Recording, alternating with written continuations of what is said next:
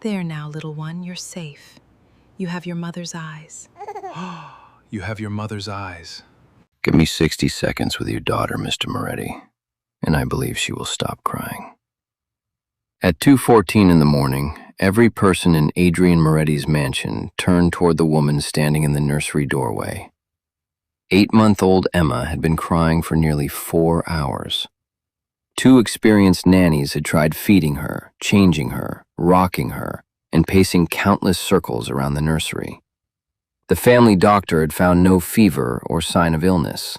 Nothing had worked. Adrian, a 39-year-old white Italian-American, stood beside the crib in a wrinkled white shirt, looking less like the powerful mafia boss who controlled half the city's private clubs, and more like a father who had run out of answers.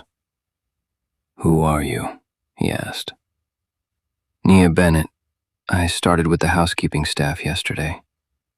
Vivian Clark, the senior nanny, stepped between them. "She has no business touching the baby." Nia did not argue. The 34-year-old black single mother remained beside the door, her hands visible and her expression calm. "Then let me leave," she said. "But your daughter is not asking for another bottle. She's asking for something familiar." Adrian studied her. People usually lowered their eyes when he looked at them. Nia did not challenge him, but she did not retreat either. Emma's cries rose again, small and desperate, and something inside him surrendered. "1 minute," he said. Vivian protested, but Adrian silenced her with a glance.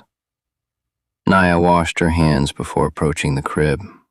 She did not lift Emma immediately. First, she loosened the blanket around the baby's legs and lowered the bright lamp beside the rocking chair. Then she spoke softly, allowing Emma to hear her before she felt unfamiliar hands.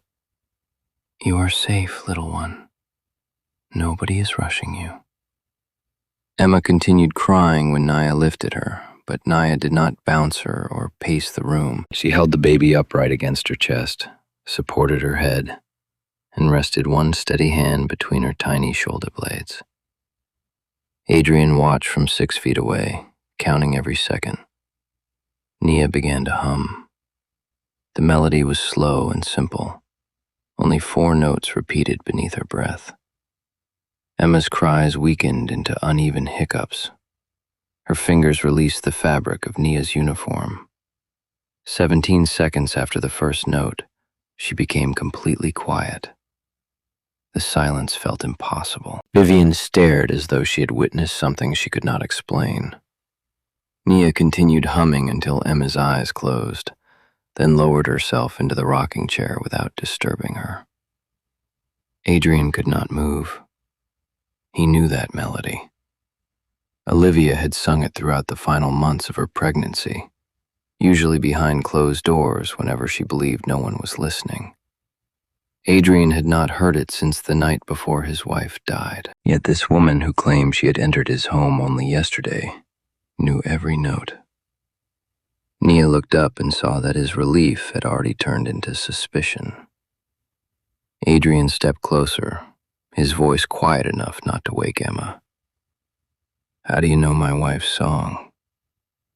For a long moment, Nia said nothing. Emma slept against her chest, one tiny hand resting over the silver buttons of Nia's uniform. Adrian waited for an answer, but Nia looked down at the baby before meeting his eyes. "I heard the song from someone who needed kindness," she said. "That is all I can tell you tonight." It was not enough. Adrian had built his life around detecting half-truths, and every instinct told him that Nia was protecting something. Still, Emma had finally stopped crying. He would not risk waking her to satisfy his suspicion. "We will finish this conversation in the morning," he said. Nia nodded. There was no fear in her expression, only quiet acceptance. 8 months earlier, Adrian had stood in the same nursery while Olivia arranged books beside the rocking chair and teased him for looking uncomfortable around a crib.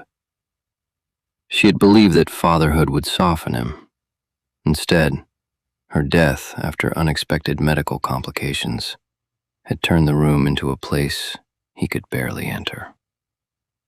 During the day, Adrian managed investments, restaurants, private clubs, and the silent network of loyalty surrounding the Moretti name. At night, he stood outside his daughter's door and listened to other people comfort her.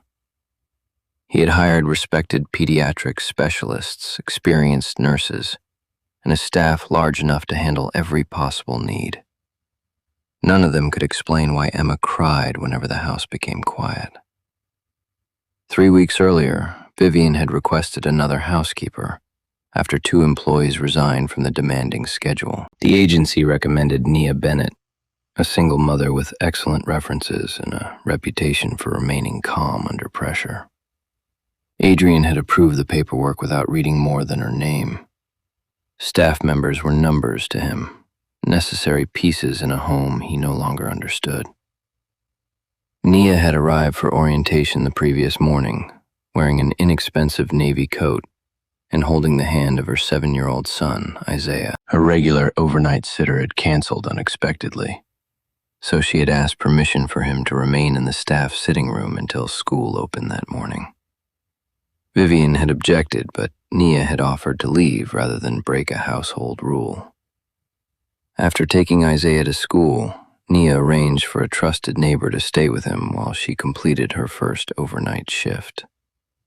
Adrian had watched from the staircase as Isaiah apologized for causing trouble that was not his fault. Nia had knelt, straightened his collar, and told him that needing help was never something to apologize for.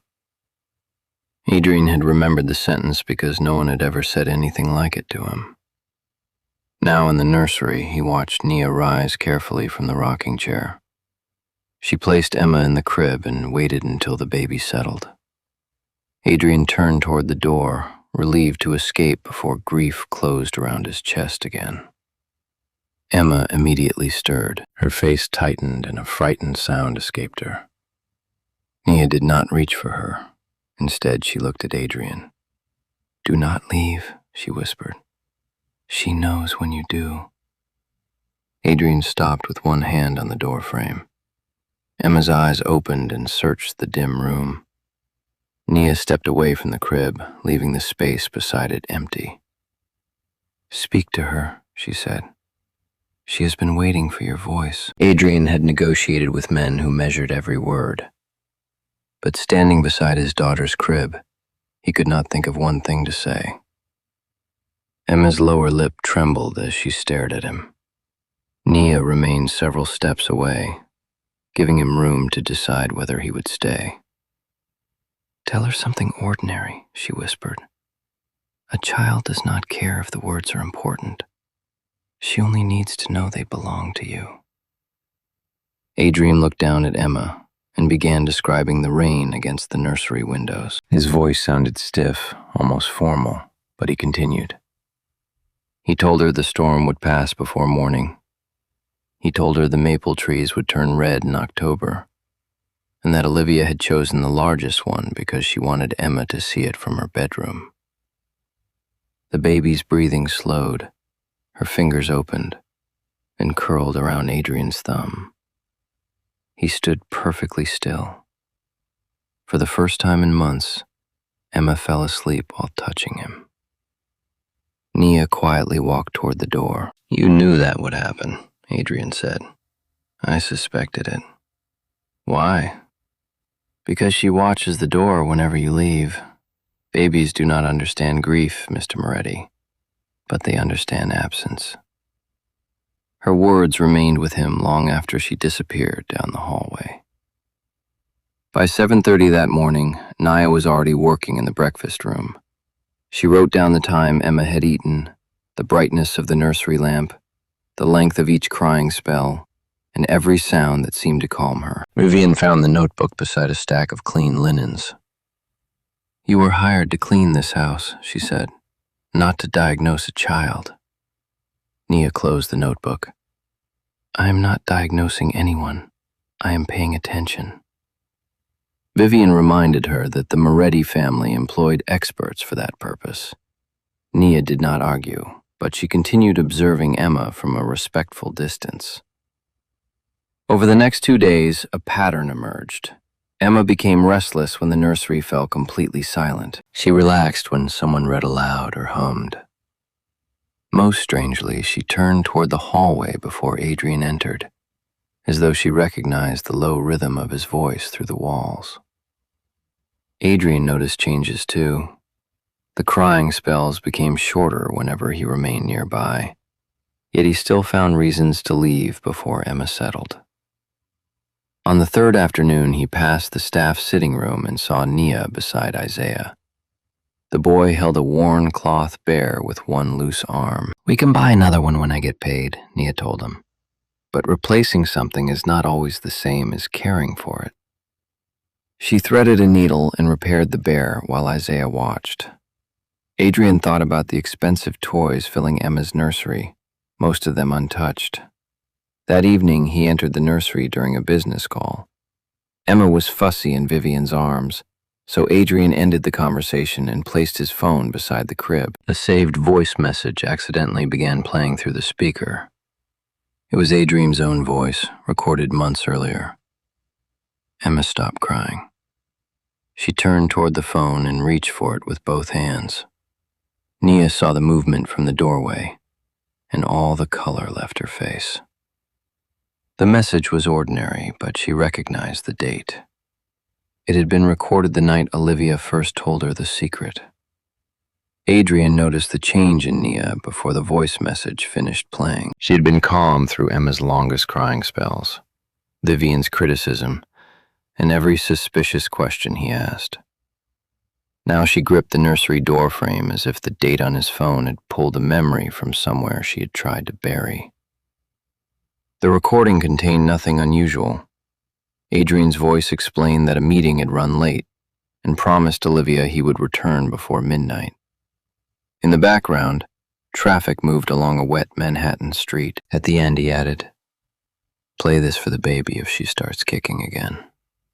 Maybe she already recognizes me." Emma pressed both hands against the phone and made a soft, hopeful sound. Adrian replayed the message. The baby settled almost immediately. "You recognized it," he said to Nia. "I recognized the date. September 17th. Yes." Adrian stepped closer. "What happened that night?" Nia looked toward Vivian, who was watching from beside the crib. That is not a conversation to have in front of Emma. Adrian wanted to demand an answer, but he remembered Nia telling him that babies understood absence, even when they did not understand grief. He lowered his voice. "My office, tomorrow morning." Nia agreed, yet the meeting never happened. At 8 o'clock, Adrian received an urgent call concerning one of his restaurants, and the meeting was postponed. The unused sitting room at the far end of the second floor had belonged to Olivia. Adrian had ordered it closed after her death, but Vivian still controlled the key. Suspecting that Nia knew more than she had admitted, Vivian deliberately assigned her to inspect the room and watched to see which belongings she recognized. Nia entered with a cleaning cart and stopped when she saw the pale blue curtains, the unfinished knitting beside the window, and the photographs turned face down on the mantel. She cleaned carefully without moving personal objects. On a narrow shelf stood a silver music box engraved with a small letter O. Nia remembered Olivia bringing the finished box to a support meeting and showing her the hidden latch beneath its base. After several seconds, Nia touched it. The lid opened, and the same 4-note lullaby drifted through the room. Vivian appeared in the doorway. "How did you know about that latch?" Nia closed the box. "I have seen one like it. That particular model was made by hand. There is no other one like it." Vivian crossed the room and lifted the music box before Nia could respond.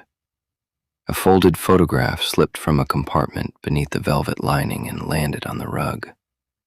Nia reached for it, but Vivian picked it up first. The photograph showed Olivia sitting in a hospital support room, while several pregnant women gathered around a table. Beside her sat Nia, wearing a yellow sweater, one hand resting over Olivia's as they smiled at something outside the frame. Vivian turned the picture over. Olivia's handwriting filled the back. For Nia, who reminded me that motherhood should never be faced alone. That evening, Adrian found Vivian waiting in his office. She placed the photograph beside his phone and told him exactly where it had been hidden. Adrian studied Nia's face in the picture, then remembered every incomplete answer she had given him. When Nia entered the office, he did not offer her a chair. He held up the photograph between them. "You did not hear Olivia's song from someone," he said quietly.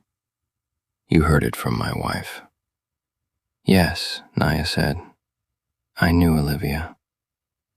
The admission settled over Adrian's office with greater weight than the photograph. Vivian stood near the bookcase, watching Nia as though she had already proven every accusation. Adrian placed the picture on his desk. "You entered my home, touched my daughter, and used a song that belonged to my wife. You had several chances to tell me the truth." "I know." "Then tell me now." Nia drew a careful breath. She explained that she had met Olivia at a hospital support group nearly a year earlier. At the time, Olivia had introduced herself by her first name and never mentioned the Moretti family.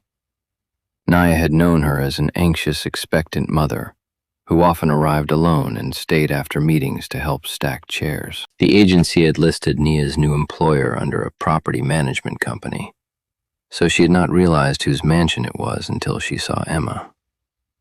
"You expect us to believe this was a coincidence?" Vivian asked. "I do not expect anything from you," Nia replied.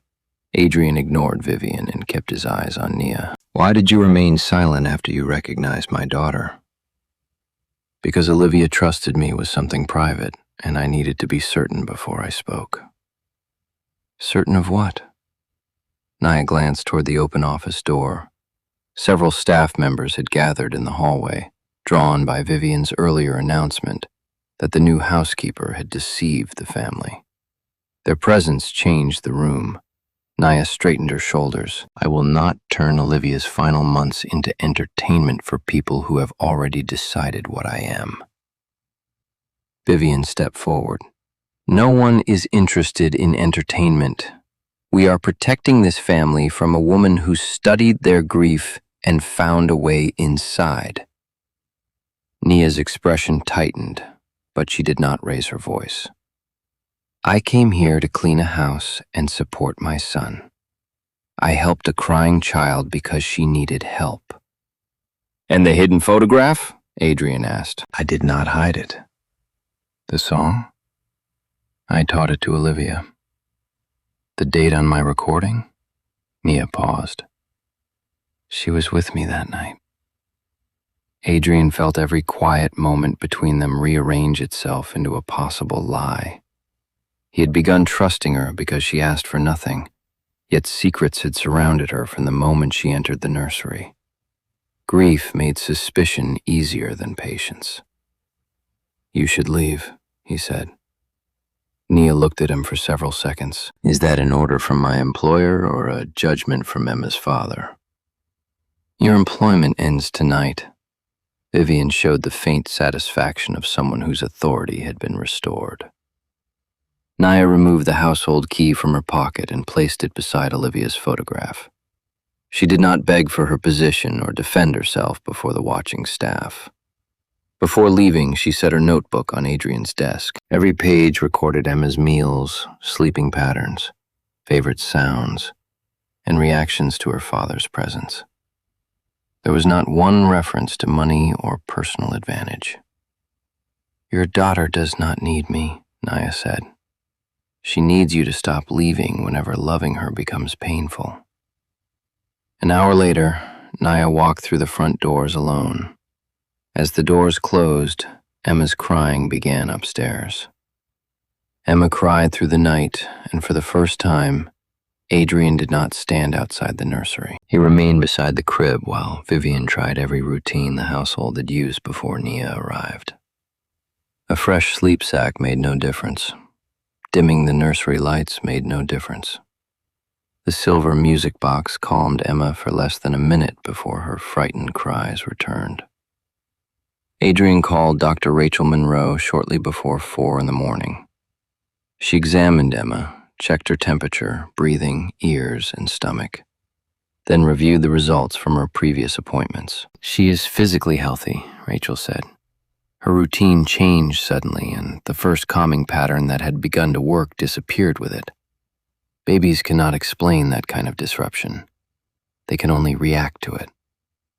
Adrian offered to bring in another specialist from Boston. Rachel shook her head. You cannot purchase familiarity. She needs consistency, a calm environment, and a parent who does not disappear when she becomes difficult to comfort. The words sounded uncomfortably similar to Nia's. After Rachel left, Adrian sent the exhausted staff to bed and sat alone beside Emma. He spoke about the rain, the maple tree, and every ordinary subject he could remember. Emma continued crying, but when his voice became quieter, she reached through the crib rails for his hand. He stayed until sunrise. Only after she finally slept did he return to his office and notice Nia's notebook beneath Olivia's photograph. He opened it expecting schedules and feeding times. Instead, he found pages of careful observations. Emma settles when her father speaks from the doorway. Emma becomes anxious when footsteps leave before she falls asleep. She reaches toward his recorded voice. She does not need perfect words. She needs repetition. Near the final page, Nia had written a simple bedtime routine designed for Adrian, not for herself. Sit beside the crib, lower the lamp, read for 10 minutes. Remain after she closes her eyes. If she wakes, let the same voice remind her that she has not been abandoned. Adrian read the last sentence twice. Nia had built a path connecting him to his daughter, then left it behind without asking to be followed. By noon, he had reviewed the agency records. Her employment application contained no request for special access, no unexplained reference, and no connection to the Moretti name. The property had been listed under a holding company, exactly as Nia had claimed. He also learned that she had accepted overnight cleaning work because it allowed her to take Isaiah to school each morning and spend the afternoons with him. Adrian had judged her silence without investigating a single fact. That evening, he drove 14 miles to Nia's apartment without Vivian, an assistant, or a line of black vehicles behind him. The building was modest but carefully maintained. Through the door, he heard Isaiah reading aloud while Nia corrected him with patient encouragement. Adrian knocked. Nia opened the door and showed no surprise at seeing him. She only waited. He had arrived prepared to offer money, another position, or any resource she might name. Looking at her, he understood that every offer would sound like another command. "I was wrong," he said. "Please help me understand my daughter." Nia did not invite Adrian inside immediately. She looked past him toward the empty hallway, perhaps expecting assistants or security men to appear behind him.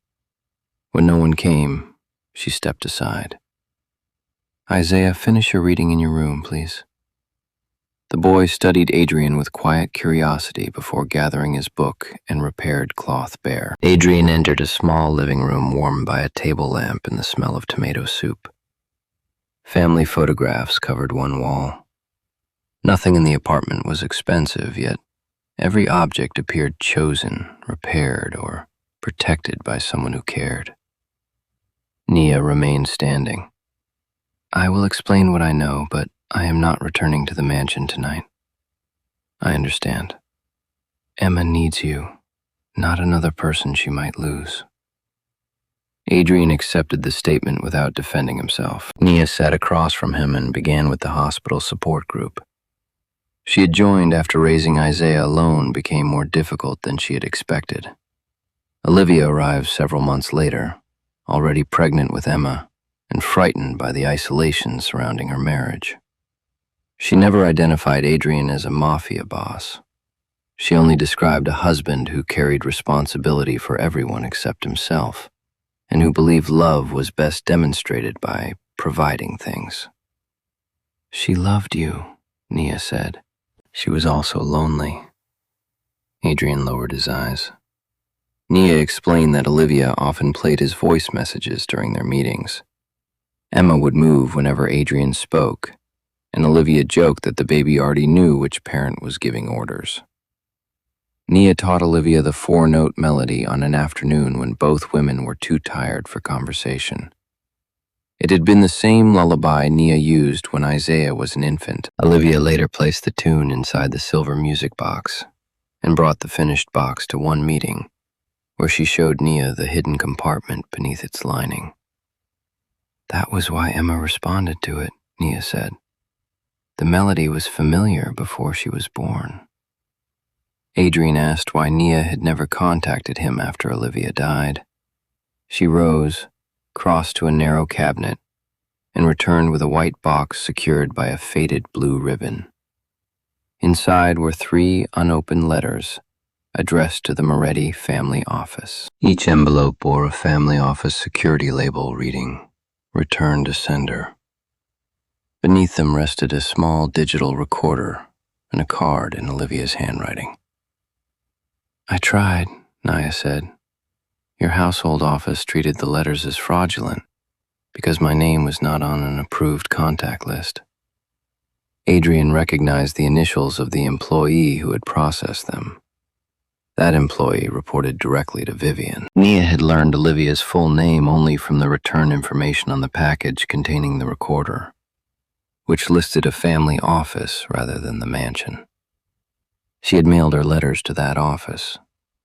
Because the agency listed the estate under a property company's account and a different street address, she did not realize she had been assigned to the Moretti residence until she arrived and recognized Emma from a photograph Olivia had once shared. Fear and uncertainty had kept her silent during her first day. "I should have told you sooner," she admitted, "but I needed to know that I had found the right child, and that you would hear Olivia's words as Emma's father, not investigate them as a threat." She handed him the recorder. The first track was addressed to Nia, thanking her for friendship and asking her to preserve the message if anything happened. Nia had never opened the second track because Olivia had said it belonged only to Adrian. His thumb hovered over the button. The label on the screen contains 7 words. "For Adrian, when he asks why Emma cries." Adrian pressed the button, and Olivia's voice filled Nia's living room. For several seconds, she spoke only his name, as though gathering the courage to continue. Then she told him about the night she'd spent alone during her pregnancy, playing his saved messages whenever Emma became restless. The baby always settled when she heard him. Olivia had laughed about it at first, but over time she understood that his voice had become one of Emma's earliest signs of safety. "If I am not there one day," Olivia said, "do not look for someone to replace me. Let our daughter hear you. Hold her when she cries, even when you believe you are doing it wrong. She does not need the man everyone else obeys. She needs the father she already knows." Adrian closed his eyes. The recording continued. Olivia knew he feared becoming like his own father, a man who provided beautiful homes but treated affection as weakness.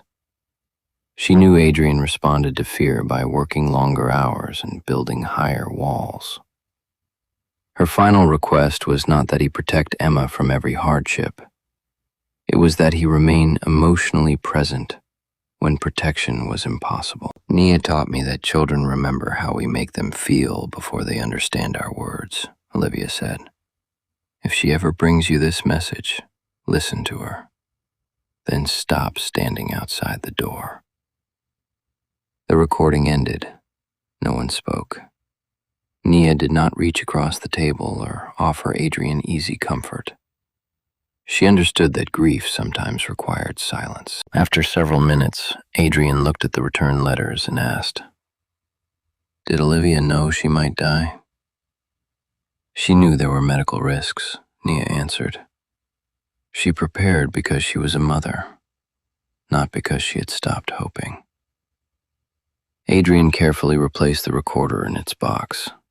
He apologized again, this time not only for dismissing Nia, but for forcing her to defend a friendship she had protected for months. Nia accepted the apology without removing its consequence. "Trust does not return because someone powerful asks for it," she said. "It returns when that person becomes trustworthy." Adrian nodded. Then he left without asking her to follow. At the mansion, Emma's cries reached him before he climbed the stairs. Vivian approached with a list of people she believed should be contacted, but Adrian handed the list back. No more strangers tonight. He entered the nursery alone, lowered the lamp, and lifted Emma from the crib. She cried against his shoulder while his uncertainty urged him to call for help. Instead, he sat in the rocking chair and opened the picture book beside Olivia's music box. His voice shook during the first page. Emma continued crying. He read the second page more slowly.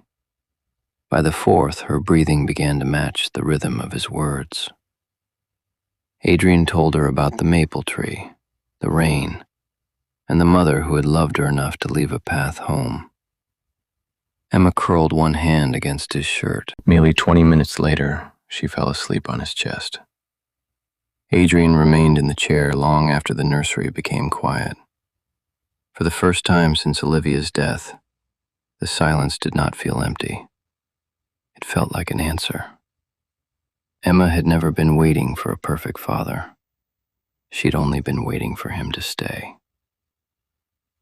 The next morning, Adrian gathered every household employee in the same hallway where Nia had been judged. Emma rested quietly in his arms while he explained that Nia had entered the mansion through a legitimate agency assignment and had never requested special access to the family.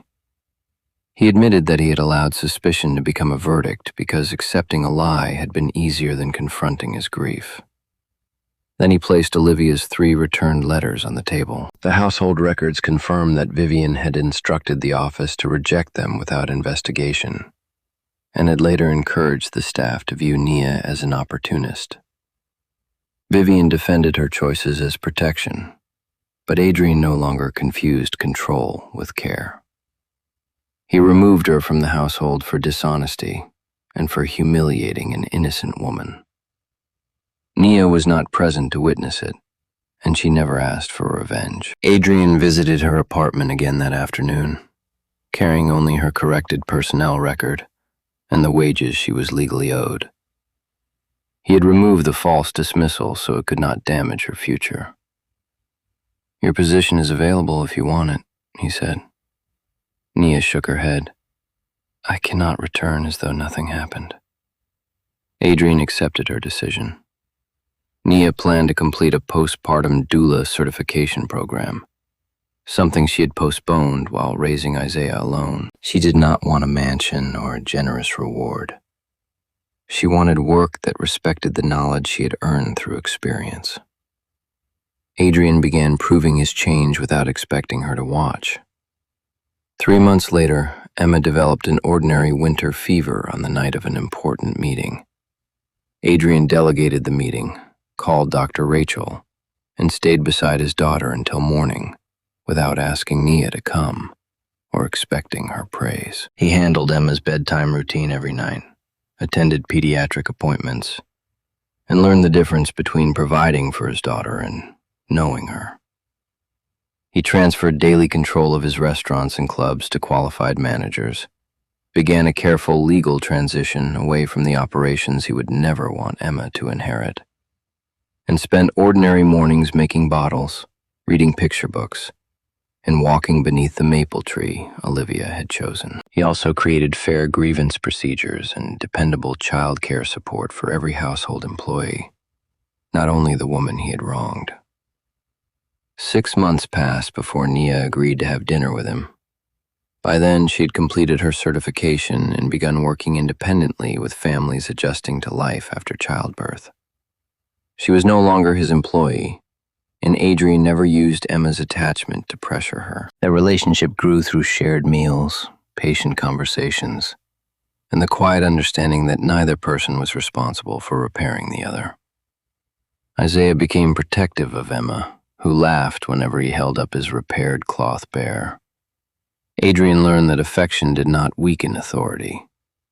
Nia learned that a powerful man could change if he accepted accountability without demanding immediate forgiveness. One rainy evening, they gathered in Adrian's kitchen instead of the formal dining room. Isaiah completed his homework at the table while Nia warmed soup on the stove. Emma slept peacefully against Adrian's chest as he read the final page of her favorite book. When he looked at Nia, there was no command in his voice and no promise that money could guarantee. "Will you stay?" he asked.